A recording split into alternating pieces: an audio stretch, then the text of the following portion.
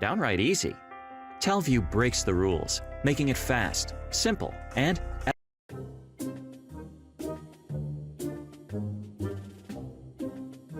Hey, this is comedian Ace Aceto, and I totally forgot. I just remembered that I'm supposed to report for Jerry duty, and so I'm on my way there now. Hold on. Yeah, hello. Yep, yeah, I'm on my way, Jerry. I'm so sorry I'm running late. Oh, it's over Zoom? Oh, okay. All right, well, I'll see you in a few minutes then. All right, buddy, take it easy. Oops.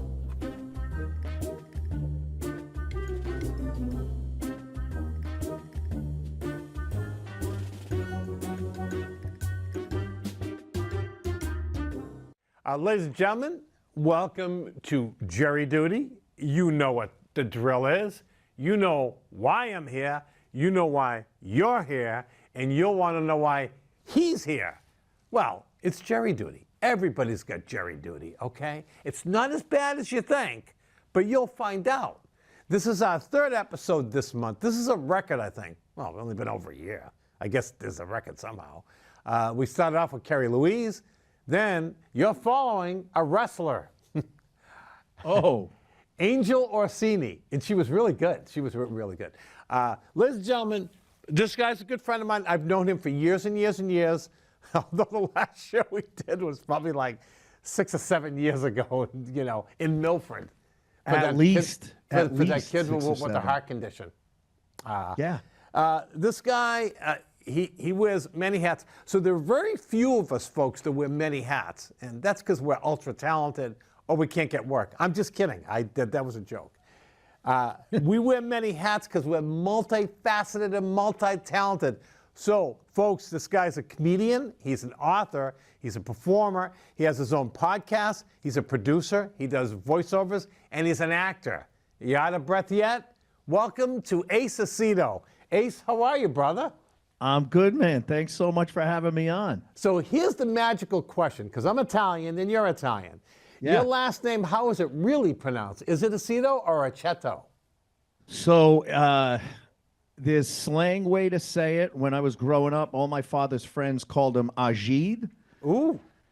Like Ajid, like agita, because it means acid or vinegar in Italian. Yep. But if you go to Italy and you ask them how to say it, they say aceto. Yeah, that's what I thought. Only an Italian would ask that question. Yeah, of course. Yeah. Of course, we're both wearing black. Only an Italian would wear black wherever they go, you know? Listen, are you 100%? You never know when you're going to get called to a wake. Or to honor a gangster or mobster. Not that there are any in Rhode Island, but anyway. No. Are you 100% Italian? How much Italian? Are you 100? No. So my father was 100% Italian. His parents were 100%. My mom was kind of a mix between French, Irish, English. So I'm 50% Italian, and then the rest is like all kinds of things. Somewhere in there was American Indian or Native American. Not enough to get any money from the casinos, though, unfortunately. I got to do that. I got to do 23andMe to try and prove that I got a little bit more Narragansett Indian in me. Oh, God. Because I'm 100%. Well, the odd one is John Prado, who's a good friend of ours, who'll be on the show one of these days. No, it's going to be soon. He's half Italian, half Polish. I go, whoa, that's a bad combination. He goes, hey. That explains a lot, Jerry. That explains a lot with John. Yep, that's, say no more. But it's great to have you. Thanks. And I know you started 89 and you were in a contest. How'd that go? Yeah. So you remember back in the day, back in, 80s, right at the tail end of the comedy boom of the mid 80s, comedy clubs started, attendance started dwindling a little bit. So what a lot of clubs used to do, and still do, they'll do a contest during the summer because it's a little bit lighter crowds during the summer. So they figure, well, we'll do a contest. We'll have, bringer shows. Essentially, if you want to be in the contest, you're going to bring 5 people.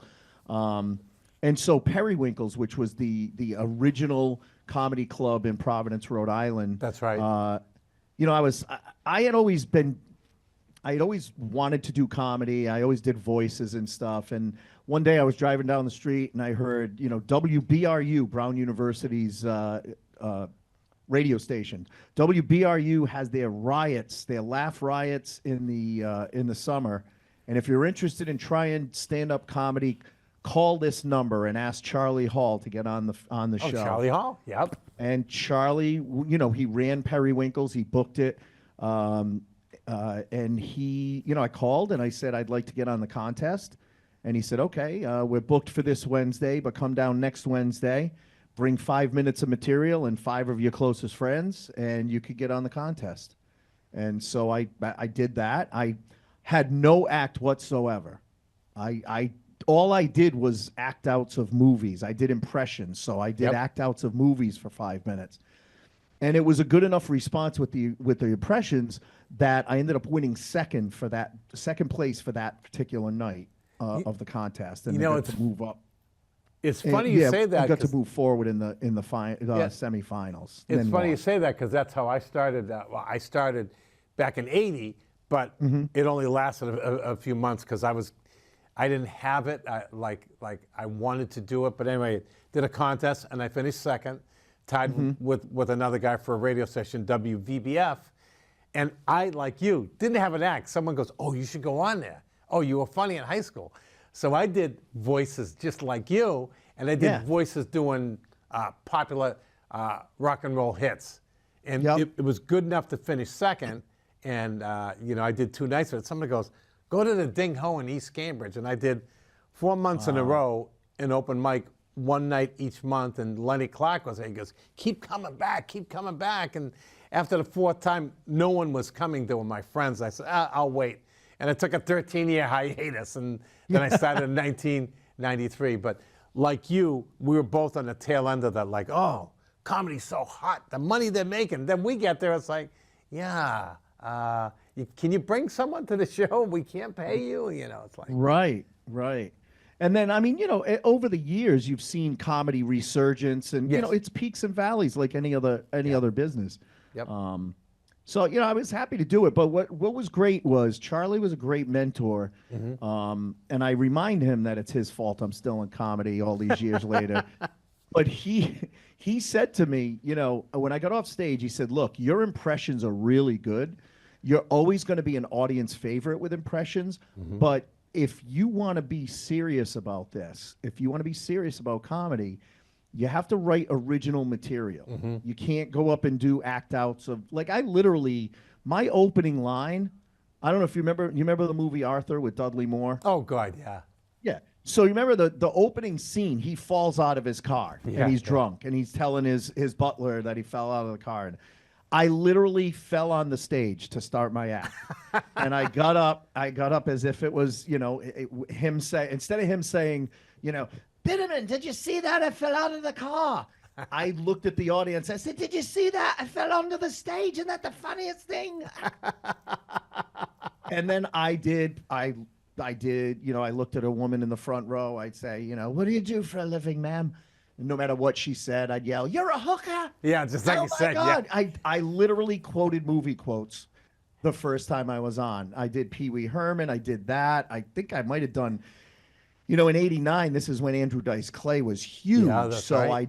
I did my own version of the dirty nursery rhymes by him. I made up some other nursery rhymes that probably he could have used.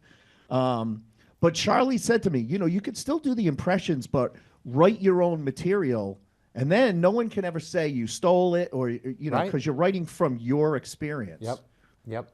And so I went away for like a month, and not like away. I took a month to just write about my life and my life, growing up Catholic and going to Catholic school. That had a big part of my life. It was a big part of of how I grew up, and that's the kind of material that I did. But I incorporated the impressions into it. That's cool, because it's funny you say that, because a year me being into the business, I was doing impressions of celebrities doing rock and roll classic hits. And somebody told me, I can't think who it was just a guy signed at the same time as me. He goes, they don't know who you are. So almost the same thing that Charlie said. They go, they don't know who Jerry Caruso is. they know he does good voices, but that's about it. So I started to do the same thing, won over my life because I thought the same thing as you. Well, no one could take your life away but God and somebody in a mob. But in turn, you're talking about you. Now, people can relate to you when you talk about Catholic school, growing up, you have strict parents, being Italian, like no matter what, so they get to share it. But a year later, were you filmed for stand up? Was that on? Yeah. So that's what happened was I wrote this 5 minutes, and then I think I got up to like 10 minutes, and then this was at the time when the Comedy Channel was around. It was. I remember that. It wasn't Comedy Central. It was actually Comedy Channel. And what they were doing was they were looking for content because they didn't have a ton of, they didn't have big time specials. So what they did was they would go around to a comedy club and they'd say, okay, we're going to bring in, I think the night that I recorded, it was Rich. He was the guy that used to do the Sniglets on Not Necessarily the News. Oh. Rich Hall. Rich Hall, that's right. And so they said, hey, we're going to bring this guy, Rich Hall, in. He's going to headline the show. We want you to take 12 of your local comics, run a contest, have 12 of your local comics ready, and everyone's going to get a 5-minute set. And so Periwinkles ran a contest. This was 1991, so it was 2 years after I started. They ran the contest, and they said the top 9 winners of the contest will go on. And then the 3 people that were the regular hosts there, who it was Charlie Hall, it was Frank O'Donnell, and it was Mary Ellen DiPetrillo. Oh my God! They were also on the show, so that's where they rounded out the 12. We each had 5-minute set. I could tell you that if I watched it on video right now, I'd probably throw up because it was horrible, but. It got me on the Comedy Channel very early on, and it was on Stand Up, and Short Attention Span Theater. Short Attention Span is the other one. These were shows where they would say, hey, there was like a VJ, like Wally Collins or Mario Joyner. And they'd say, hey, today we've got a bunch of people talking about religion or growing up Catholic or, growing up in a religious family. And then they would just take these 1-minute clips or a couple of jokes from people talking about a topic and stitch together that show. That's crazy. Yeah. Because I didn't come close to TV, but mine was in '94, my second year. Some guy was doing a benefit for AIDS research when AIDS was prevalent back in the late '90s, mid to late '90s. Yeah. We raised almost $11,000 that night on a Monday night in this dingy bar that looked like you just did lines of cocaine and you're seeing things on the wall. It was such a weird experience. But they packed the place on a Monday night. The guy promoted it very well, but I had to open up for Anthony Clark. So it was me and, I don't know if you remember this name, Tommy Amato from Boston. Yeah. Tommy and I we tried to rehearse Reverend Jim and some impression I was doing talking. I can't think of who I did. I had to remind Tommy of all the lines. I go, and what do you think of that, Jim? And he'd be like, oh yeah, that's a good idea. So I go, welcome to the totally unrehearsed Jerry and Tom and Jerry show. But it worked out good. And Anthony Clark, he was like big on MTV so at that huge, point. Yeah. He was skyrocketing, and it's like, but he never really talked to us, never interacted, never stayed, just left. And it was just a cool experience just to say, well, I opened up for Anthony Clark. If I tell people that now, they go, who? Because I know he, after he did his, so he had his 2.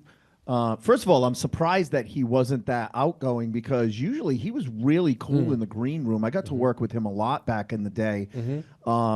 In fact, he was, when I was a senior at Rhode Island College, they hired him for like senior week for one of the shows, and it was at Periwinkles. And as soon as he saw me there, he was like, "Oh man, you want to open?"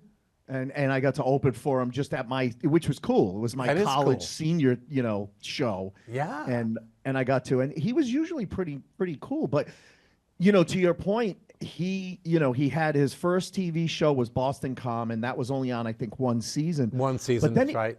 Yep. he was on, he had the show Yes Dear for years. I like that show. And it was a great show. And then after that ended, he just disappeared. Like I've Yeah. Googled him just to look and find out where he is, what he's doing, because I loved Anthony. I loved working with him and, considered him a friend. He always used to, be really, really cool to hang out with. I got to work with him a ton back then. The only thing I could think that it was is A, was a Monday night. B, he might have been living in Boston then. So we Just were wanted in to get the hell Fitchburg. home. That's like an hour and 15. So for people that long ride, it's probably culture shock. And it's a Monday night. And Fitchburg wasn't one of the nicer towns in Massachusetts. You want to get in and get out, and that's what I think his thing could have been. But so leading to my next question. So I know you've opened for, let's see, or you won't say open. I like shared the stage. Gaffigan, Jeff Dunham, Brewer, Kevin Nealon, John Stewart, I think, yeah. And John Stewart. out of all those guys, so you know how you said, well, Anthony Clark, I find it hard to believe he wasn't friendly, but I found that reason. Out of those people that I mentioned, who was the most comfortable to work with and friendly on and off stage? Besides Anthony, do any of those guys fall in? Nealon was very nice. I mean, all of them were nice. I lucked out. Honestly, there's only two people that I ever opened up for that were jerks to me. Go ahead. They're not watching this anyway. And it might have been an off night. Honestly, first time I worked with Kevin Meaney, he had gotten to the airport late or back landed late, and so he was a little discombobulated. So he wasn't the nicest that night. But then I worked with him like 3 or 4 other times, and he was nothing but a sweetheart. Oh, that's cool. But I would say probably the coolest, and it's not even one of the people that was listed there, because Gaffigan was funny. Again, a lot of these people I worked with before they blew up. I worked with Jim Brewer before he was even on Saturday Night Live. Oh, wow. He was a feature. I was the opener and he was the feature. Huh. But Gaffigan was funny because I said, hey, can I, and this is again, before cell phones had cameras. So it was literally like you took a picture on a thing. No, there was a photographer there, actually. It was a Newport Yachting Center, and big place. I think it held like 1,700 people under a big tent. And I said, hey, Jim, can I get a picture? And he goes, yeah. And he literally bear hugs me, and it looks like a wedding photo. It looks like an engagement photo. Oh, I love it. He was really, really funny, but the nicest and probably most. I mean, Jeff Dunham was great. Again, this was before he was playing arenas. He was playing comedy clubs at this point. I got to work with him a few times, but I think the one that I had the closest relationship with was the amazing Jonathan. Oh, really? Oh, that's interesting. Yeah. I got to work with him when Periwinkle's was still open, and then every time he would come around to Rhode Island, even after Periwinkle's closed and I was working at the Comedy Connection, every time he came through, he would request me to open up for him. And I still, to this day, I am a pack rat, so I have like comedy memorabilia. I have newspaper clippings of like my first headlining shows, and I have the menu from the very last show at Periwinkle's. I had every comic that was on the show sign the menu. Oh, that's cool. So I have all kinds of crap like that. But one of the things I have is an email that Jonathan sent to me, and he loved my Davy and Goliath bit. Oh, that's and funny. so he literally sent me an email and I still have it. Says, "Hey, Davey, it was awesome working with you again. If you're ever in LA, please call me if you need a place to stay." Blah blah blah. Like, just very gracious. And at the time, I never made it out to LA. Right. But it was always nice to know that, I'm sure he did that to a few people, but I don't think he did that with everyone. No, I would say that. That's like me. So my big ones were Larry the Cable Guy, Lisa Lampanelli, and Anthony Clark.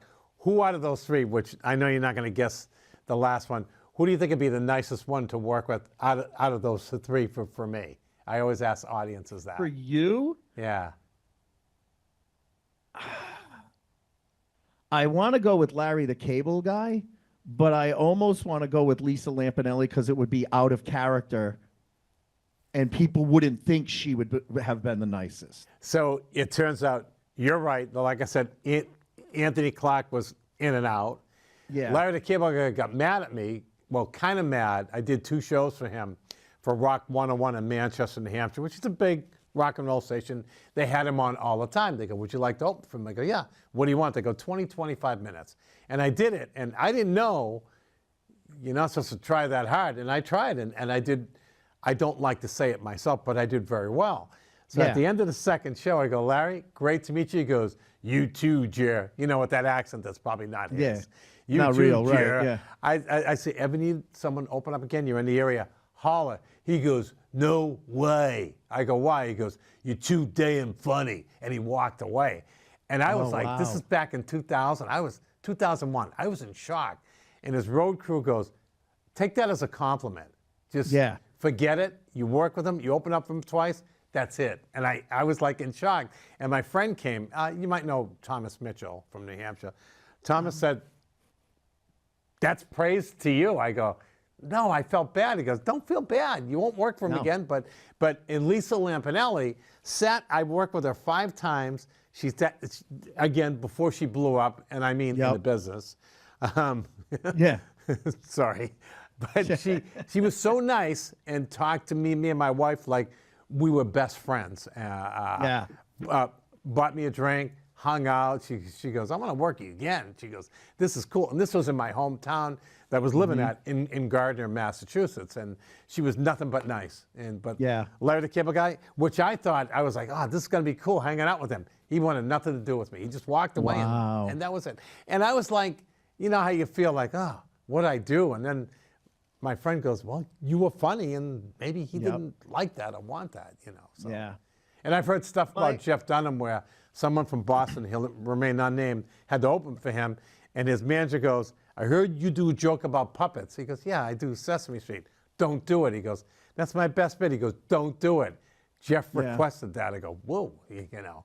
But, you know, that wasn't me. That was someone else. And he never got to meet him. But, you know, like I guess, I mean, I could kind of understand that. That's on the booker, though. Like, why would you book? That's like booking 2 people that play guitar. Or 2 impressionists on the same show. Someone did that to me and Bob Goutreau. And you know Bob. Bob's very funny.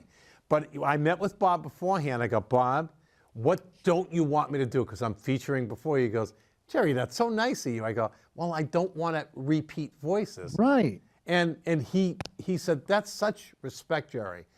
And I said, that'll be 150 and we'll be even, you know. No, right, yeah. But he was like. But that's the thing. Again, the booker put you in a position where now you had to go and vet your material against his. And it's not even an ego thing. Like I used to, when I would work with Jim Loletta a lot, if we got booked together, you know, I would always say, Jim, are you going to do this voice? All right, I won't do that. You like me. You know, you like me. We didn't do all the same voices, but where we did overlap, I would be like, hey, you mind if I do this? And, you know, I won't do this. You know, you have to negotiate it.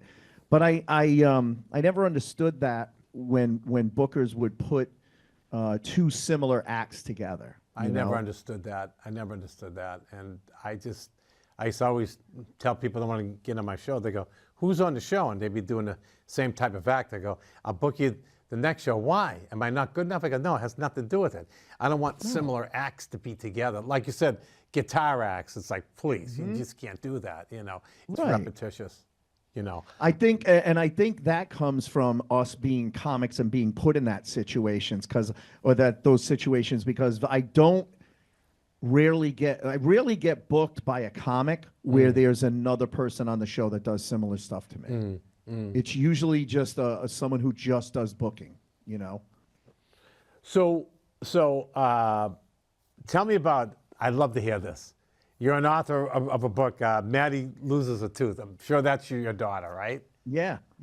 Tell me about that. So it was just about 10 years ago. I was going through a divorce. We share custody with the kids, so the A kids are comic with at me divorce, half the that's time, amazing. her half the time. A comic at divorce, how amazing. No, go ahead. Yeah, I know, huh? Go figure. But what happened was, it was on a night that the kids were with me, and Maddie, my youngest, who was 7, yeah, about 7, had lost her front tooth. So it wasn't the first tooth she had ever lost, but it was a big one. It was the front tooth. And for some reason that night, while I'm going through divorce and practically in tears every other week or every other day, she had a million questions about the tooth fairy that night. And I kept saying, I don't know, Maddie, you're going to have to ask her. You'd have to ask her. And I don't know, Maddie, you'd have to ask her. And then all of a sudden, this is Maddie. She's inquisitive. She says, Dad, do we have any index cards? I said, yeah, they're in the desk in the kitchen. She goes, do we have markers? I said, yeah, they're in there too. I didn't think anything of it. Hour later, I go up to check on her, and she's got 18 index cards in her room, spread out all around her bed. Stuffed animals were holding cards. Oh, I love was a complete mess. Every one of those cards had 1 or 2 questions for the tooth fairy to answer. And so I'm sitting there, and first of all, it took the tooth fairy a long time to be able to come and not stir Maddie and wake her up. So the tooth fairy had to get these cards at about 1 a.m. by the time Maddie finally settled down. And the tooth fairy took all those cards and put them on my bedspread and took a picture of them, or let me take a picture of them. And then I posted it on Facebook and said, great. Not only does the tooth fairy have to find a tooth and give this kid money, she also has to do an interview at 1 a.m. And one of my Facebook friends, I still don't know who, I don't remember who said it, but they said, oh my God, that would make a cute children's book. And it got me to think, oh, you know what? It is really, I have to give credit to Maddie, because what is it teaching? It's teaching finding answers for yourself, critical thinking, going to the source for the answer instead of relying on other people to give you the answer. That's great. And I was like, that's a great lesson. So I did some research on, age-appropriate vocabulary and how long the book should be and stuff like that. And then I was at Boy Scout camp with my son, where I had a week off from work. I was camping in the woods, no TV. I mean, I had my computer, but no TV, nothing, no work-related stuff to do. And I just sat there one day, and it just came out. And I was like, okay, I think I made an outline, and then I filled it out, and then I edited it down because I had too many words, and you want to keep it to like 550 words for that age group. Yep.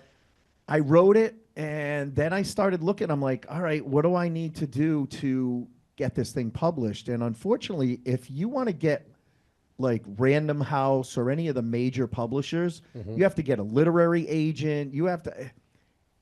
And then I started seeing these local authors that were self-publishing. And so I went to a local bookstore they used to be in Pawtucket, called Stillwater Books. They do publishing, like they help with self-publishing. So for, a couple of $1,000, I invested into it. A good friend of mine, Carla Mulhern, who is with the Izzy Foundation, used to be with the Leukemia and Lymphoma Society in Rhode Island. Which you've raised a lot of money for, yes? Yeah. I've done I was on the board for the LLS, and now I'm on the board for Izzy Foundation. God bless you. That's good stuff. But her son, who I had known since he was probably 12, is an artist, and I had seen his artwork. And Carla approached me one day, and she said, "Who are you going to have to draw your illustrations?" I said, "Honestly, I don't know. They gave me the names of a couple of local illustrators, but I don't know anyone." She goes, "Would you ever give Jonathan a chance?" And Jonathan at the time was, I don't know, 22, 21.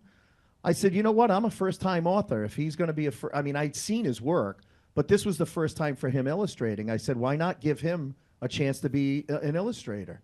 Huh. And so he took a couple of months, and he did a really good job, because what they say is, you're only writing this book for this age group, and it's only 550 words.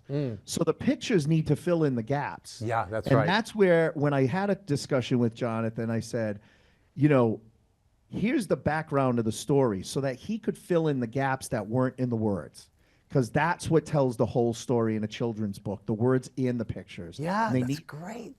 they need to work together. And Plus, so kids he did a great job. If a kid's reading it, the attention span, they focus on the picture first. Right. Then they go to the words. I almost wrote 2 books. I was asked. One was Jerry Loses His Lunch. That was when I was in college and drank a lot. But they That's said, a no, good you one. can't do that. Then Jerry Loses His Virginity, but it was late. It was like a fiction. So anyway. Well, now, you're getting on in years. You can go with the trilogy and go Jerry Loses His Mind. That happened early. That happened way early.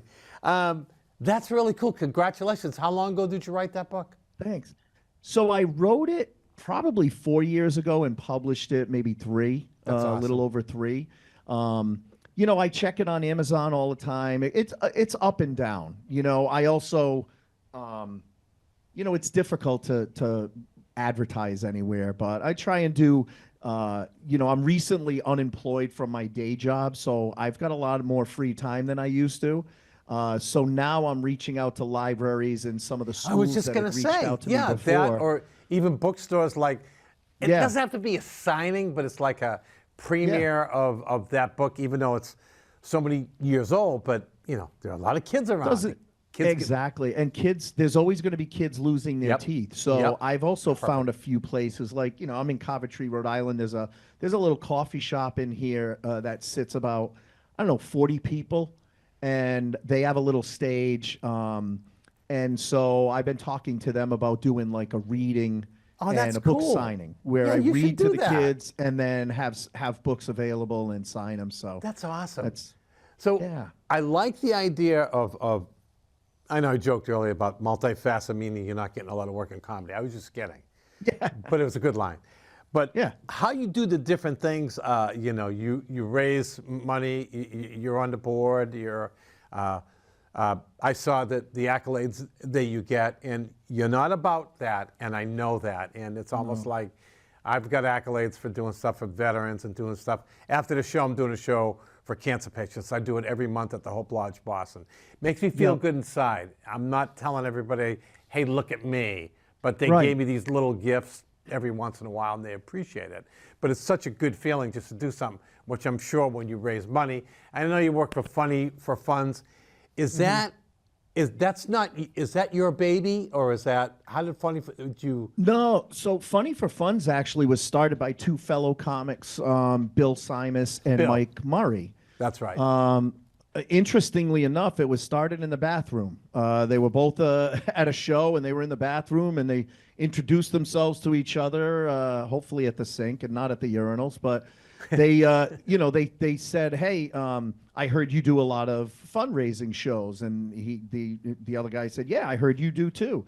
And they teamed up, and that's how Funny for Funds was born. They said, why don't we, because, you go to some fundraisers and, the comics are on the road before you even know how much you raised. Right. And so what they wanted to do was make it a full experience where not only are the comics doing a show, they're also an integral part of the night. They're running the raffles. They're that's keeping the cool. show going. Yep. They're and at the end, they flip over a big check, like a Publishers Clearinghouse check. Yep. And now it seems like there's a lot of people that are doing this, but they were the first ones that started this.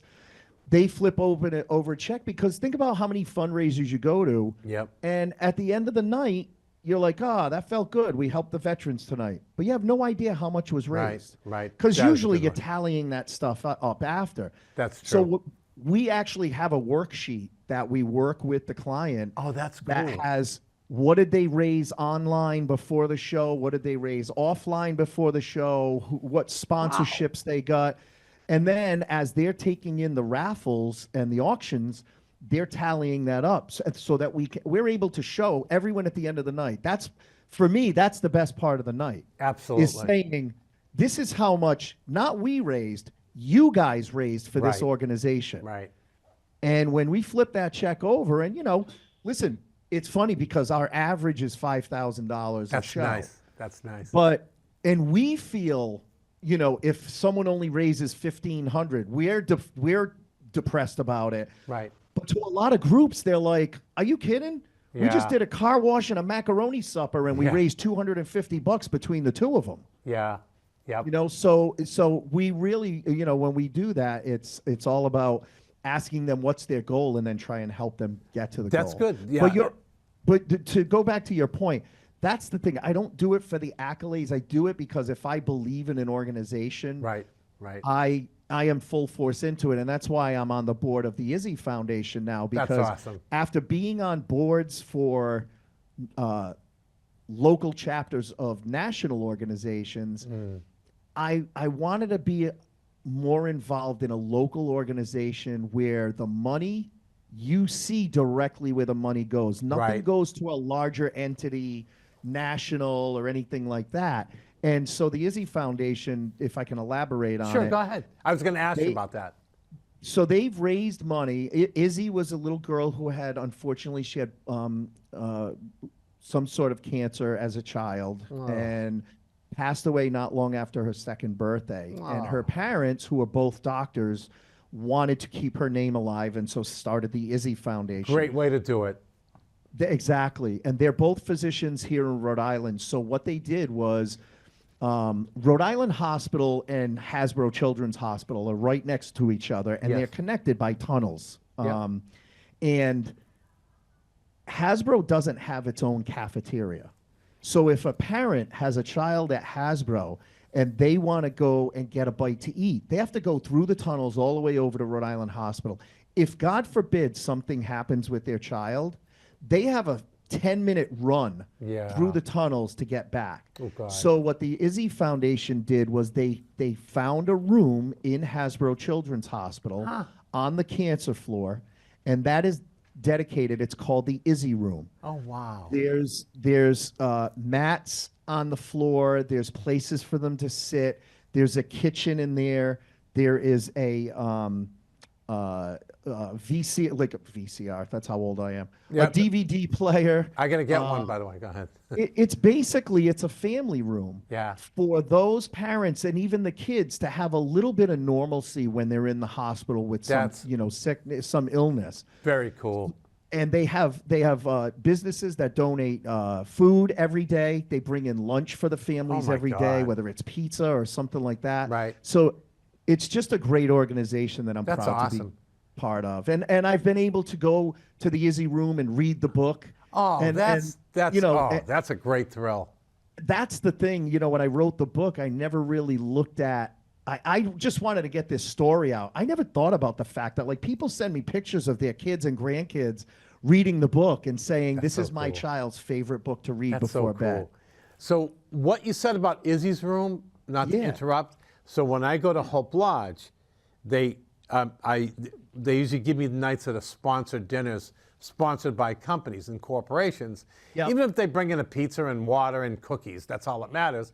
Some do taco night, some do pasta night. Like my company that I was at years ago did a lasagna night. They were thrilled, and someone brought salad, someone brought Italian bread, and someone brought cookies, and they thought it was the greatest thing. Then they watched me perform.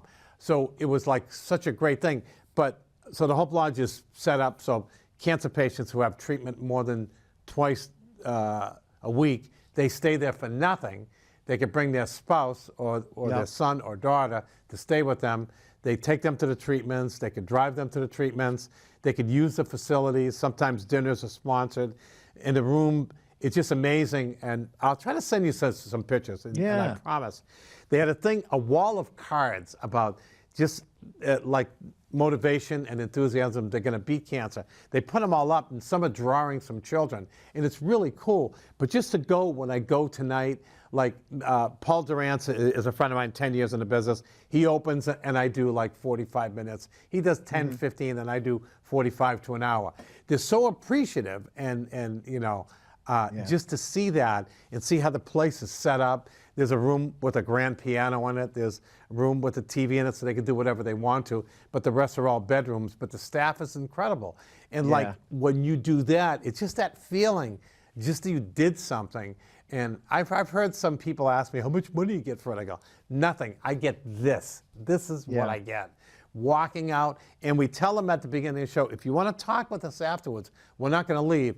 And sometimes we're there a half hour, 40 minutes, because they're asking us questions or telling us jokes or just sitting down telling us what they're going through. And if I can give them an ear or two, that's fine. I said, here's my email, here's my phone number if you want to call. Sometimes they email me, but if they don't, I understand. But I always close with, next time we see you, we want to see you at a comedy club. Not here, you know, like sometimes we go back and they're still having treatment, but it's such a great feeling. So I can understand. I applaud you for doing that. Like I just latched to veterans organizations and cancer. Not that I won't do anything else, because I have a group, Comics for a Cure. It's just since 1994, but I love it. I can't tell you if I raised, you know, like sometimes 1,000. The most has been like 5,000, but it's a good feeling. But like you love to see it at the end. So the whole audience says, like, this is what you guys all did, you know. And that's a great thing. So hats off to them. But do you run shows for them, or are you just on their shows? So I what happened was when Mike and Bill started it, you know, they each had 2 setups, because one of the things we do, we bring stage, lights, sound system, everything soup to nuts. There's a backdrop, you know, curtain backdrop and everything. Nice. So what happened was, as they grew, as the business grew, all of a sudden these guys were running all over New England, setting up shows every Friday night, breaking down shows, setting them up Saturday, you know, and with 2 setups, if they had, you know, 4 shows in a weekend or 8 shows in a weekend, they were running all over the place. They were running ragged. That's crazy. And so early on, they asked a couple of us that were, you know, there very, very early on, if we wanted to be, quote unquote, like a branch manager, almost like a franchisee, where we would have to, you know, invest. We had to purchase the equipment. I had to buy, you know, a 3-piece stage, lights, sound, with specific, you know, specifications. And then, you know, so now if someone wants to do a show, they can reach out directly to me for a Funny for Fun show, and I can run it soup to nuts. I work with the client. We do game plan meetings that kind of teach them how to raise as much as possible. Oh, that's great. That's great. And you know, we in the beginning they had territories, and then they realized, like, let's just everyone work wherever they want. So like I have a show. This is the 5th or 6th show that I'm doing for the Bow Brawlers, which is the wrestling organization, townwide wrestling organization in Bow, New Hampshire. So, I mean, and out of that, I got one from a couple of months ago.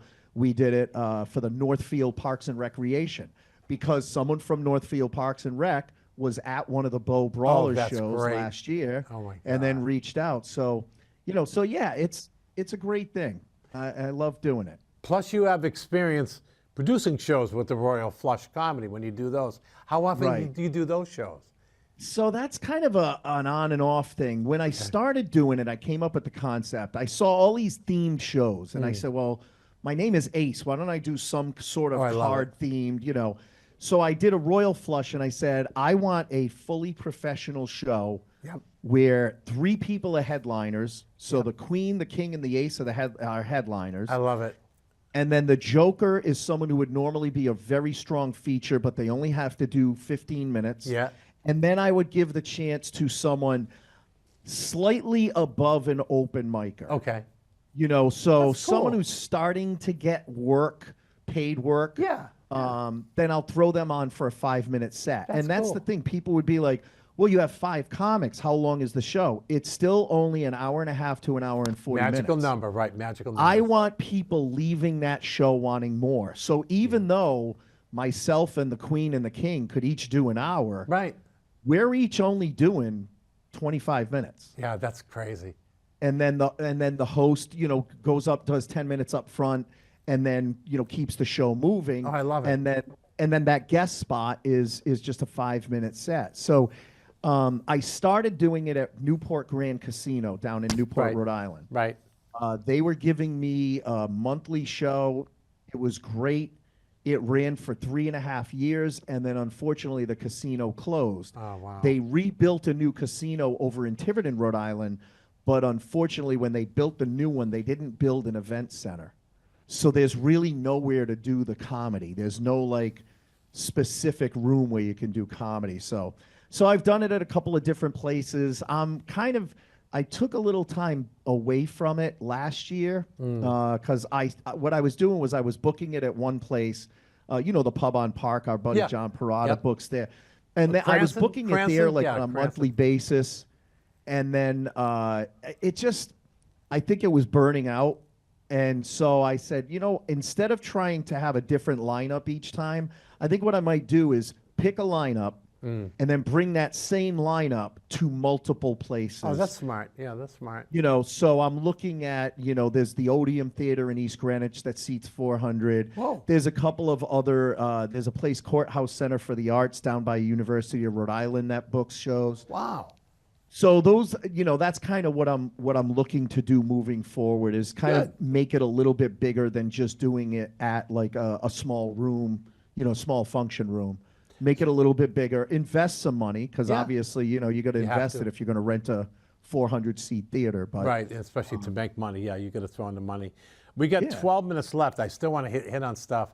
Tell me about Behind the Funny. That's you and Scott that do that show?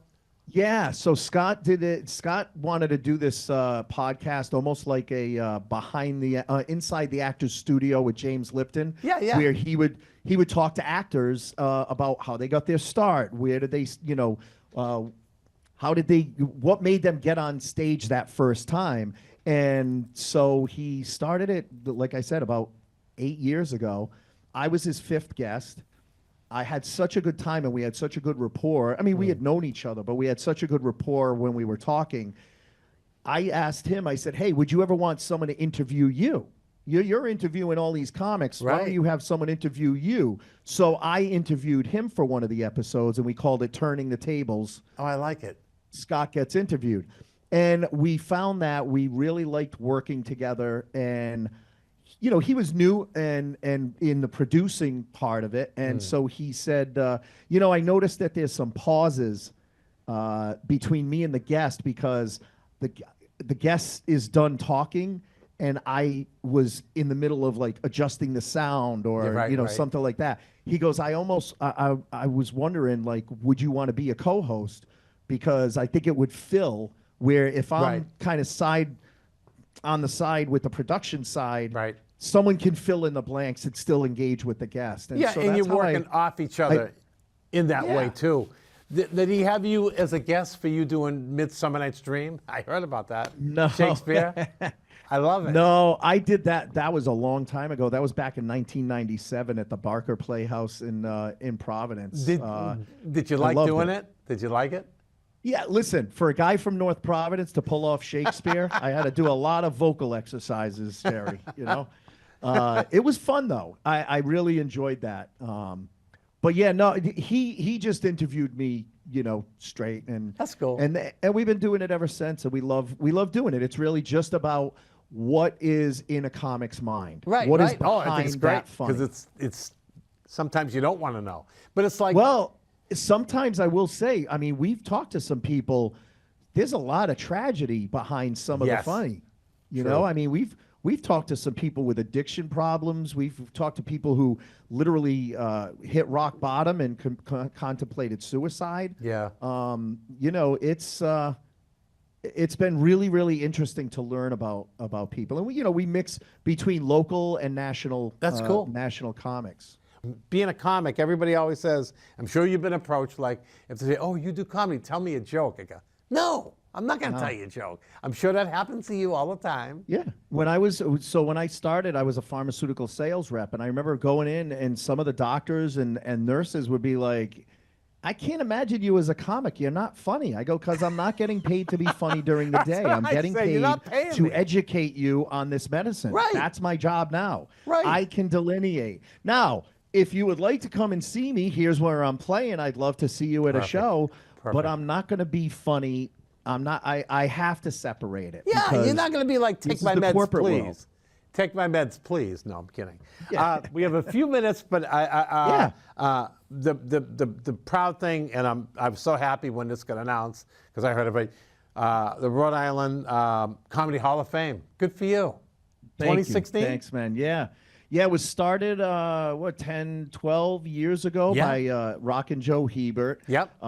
It's, the meaning behind it is people who have brought, attention to Rhode Island's comedy scene. And so, I was honored to be, to be part of it and be inducted. And honestly, I was even more honored to induct. I got to induct last year or 2 years ago, Danny Smith. Oh, no kidding. I remember Who Dan. may not be a household name to Nope. most, but he is the co-creator with Seth MacFarlane of the Family Guy. Oh my God. And so he was the last one that got inducted in, and I was myself, Charlie Hall, and Frank O'Donnell, got to induct him. My induction was, it was 2015. 26. Yeah. It was so it was 10 years ago, and it Who was inducted you? It was great. I got roasted by people. I love it. I got to roast people. It was a lot of fun, and it's an honor to to be a part of it. That's so cool. That's so cool. Now, behind the funny royal flush. Oh yeah, so you're an actor. You're in the movie. Was it Boxed Man? Yeah, so in 1997, when I was interviewing with the pharma companies, I auditioned for this. It was right after I had done the Midsummer Night's Dream. Yeah. The woman that played opposite me, she played Helena in Midsummer, was in this movie, and she was like, "Hey, I think I'm going to be in this local independent film. You should go out for it." And the guy auditioned me, and I was like, "I'll never get this pharma job and the role. That'll be impossible." And I got both. I love it. So I had to, they shot around my schedule because I had to go away for training for the job and stuff. And it's small independent film. It's up on YouTube. You can look it up and actually watch it. It's very raw though. You have to remember, for people that don't know how movies are made, if you saw a movie before the color, editing is done and stuff like that, that's what this looks like. Okay. I try and set expectations for people, but yeah, it was fun. It was a great experience, and it was funny because I was playing a guy who was slightly older, graduating college a little bit older, 29. I was 29 at the time, and I was getting my first job in sales, selling cardboard boxes. Oh my God. And it was funny because when I came back and we were filming some scenes where I was getting rejected, like I was giving my business card and getting rejected at the front desk of these offices. My the director and writer was like, "All right, I need you to go in, give her your card. She's going to hand it back, and just walk away totally rejected. Can you do that?" I go, "Dude, I do that all week long in my new job. That is what sales is all about." So it wasn't really stretch for acting. Yeah, that's like when I first started acting for Murder Mystery USA. I go, "What are you looking for?" They go, "We want a wise-ass Italian, tells jokes, doesn't laugh, looks like a Guido, and acts Italian." I go, "I'm your man." And Exactly. It ain't even acting, right? Yeah. But Yeah, Box and then Man most sells. recently, just to give you a little bit, so the most recent thing I've been acting in is Frank O'Donnell, our buddy Frank O'Donnell from Rhode Island. He kind of got away from stand-up and started getting into community theater a while ago, and now he's gotten involved in this Academy Playhouse in Providence, and he writes a Christmas play every year. He's got a series of 4 of them. Anthony Claus. It's all about Santa Claus's younger brother taking on the role of Santa each year. And then I mentioned Carla Mulhern earlier. Her husband, Brian, was a longtime radio DJ here in Rhode Island. He was Brian the Pharmacist on 94 HJY years ago. Then he was on Cat Country for years. But he wrote a play about he had lost his mom during COVID, and he wrote a very, very serious play called The Butterfly Boys, and so I was tapped to play his the lead character's brother as the comic relief in this very, very heavy play. So I love doing the community theater stuff. It keeps you sharp, you know? Yeah, I think so too. And I think it's like, you know, I just admire the stuff that you do, because the only thing, the difference between me and you is probably a book and talent. That's about it. Stop. That was such a good one. That was such a good one. I had to put that in. I love all that you do. Keep doing all that you do. And I hope we get to work together down the road. I get into Rhode Island sometimes. It depends what Parada gives me, of whatever he has. Brother, I got Geraldo. I can pay you in veal parm and pasta. So, anything coming up? Any project you're working on? You want to share? Yeah, like I said, I think later this year, keep an eye out for the Royal Flush coming back to a couple of theaters. I'd like to get it into, and I don't know when this will be coming out, but January 31st, I will be at the Park Theater in Cranston. It's as part of the Wise Guys comedy tour. Jesus, what? That's why they couldn't have the Nativity in Cranston. They couldn't find wise men. But anyway, go ahead. Yeah, it's a bad joke. But it's January 31st. Tickets are available online, and it's myself, Brad Mastrangelo, and Frank Santarelli. Oh my God! Talking about wise guys. Yeah, it's gonna be a great show. It's gonna be a lot of fun, and it's through the Newport Comedy Series folks and Spectacle Live. Okay. And Spectacle Live, the guys at Newport Comedy are trying to get Spectacle Live to put it in some other places. So I know that we start in Cranston. I know we're going to be in Nashua, New Hampshire at the Nashua Center for the Arts sometime in March. Nice. And there's going to be one other place that they're going to try and get it into. Good. Good. Yeah. That sounds awesome. So that's the big one that's coming up. Best of luck. This was a lot Thanks, of fun. man. A lot of fun. Thank you, man. I missed you. Last time I worked with you, like I said, it'd be 2015, 2016 for that for that young guy with a heart condition. I remember that, but I enjoy you. I like hearing all the good things about you. Continued success. Like I said, hope we get to work together down the road. I'd welcome that opportunity, as well as just to share the stage with you, because I'm another wise guy too. So, but thanks, man. No, thanks, I appreciate it, and we gotta definitely get you on Behind the Funny coming up. Please do. I'd love to come down, or however you do it. That'd be a lot of fun. And say hi to Scott. Ladies and gentlemen, that was our show. Hope you're warm, because it's freezing like crazy here. Cold as a witch's something. We won't get into that. But hope you enjoy the show. Ace Aceto, Ace Aceto, or whatever you want to call you. You know. Aceto. What's your middle name? Believe it or not, it's Henry. Ooh, that was my dad's name. That was my dad's name. So there we go. Henry, or in Italian, Enrico. Ercole, right? And I think it's Ercole or Enrique. Yeah, my dad was Enrico. When he got off the ship in Italy, when he met my mother, they introduced him as Enrico Caruso. He goes, Jerry, you see the women with roses. They saw I wasn't Enrico Caruso. They threw the roses down. I go, what'd you do? I picked them up and brought them to my future wife. Smart man. That's awesome. So, folks, that's Ace. You're going to enjoy him. Get the book. Maddie Loses a Tooth. If you have grandchildren, great-grandchildren, they love to read it. Look him up. YouTube him. He's everywhere. He's Ace. He's Aces. And I'm the Joker. Good night. God bless you all. See you soon. Thanks, Ace. Thanks, Jerry.